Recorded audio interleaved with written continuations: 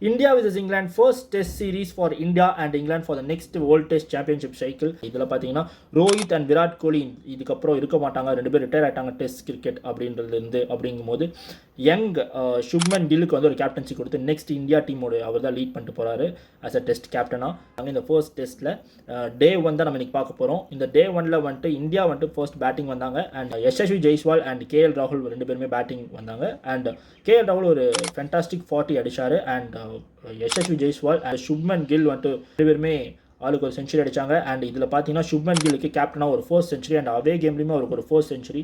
So இது மூலிமா அவருக்கு ஒரு நல்ல கான்ஃபிடன்ஸ் கொடுக்கும் ஆஸ் அ இந்தியா டீமை லீடிங் ஃப்ரம் த ஃப்ரண்ட்டாக. சாய் சுதர்ஷன் ஒரு டக் அண்ட் நம்பர் 5ல் வந்துட்டு ரிஷப் பண்ட் வந்து அவர் ஒரு 50.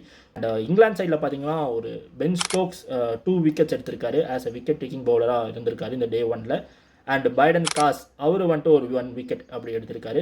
ஸோ இதுதான் டே 1 உடைய ரிசல்ட். அண்ட் இன்னைக்கு டே 2, ஸோ அது எப்படி இருக்க போகுதுன்றதை நம்ம பார்ப்போம்.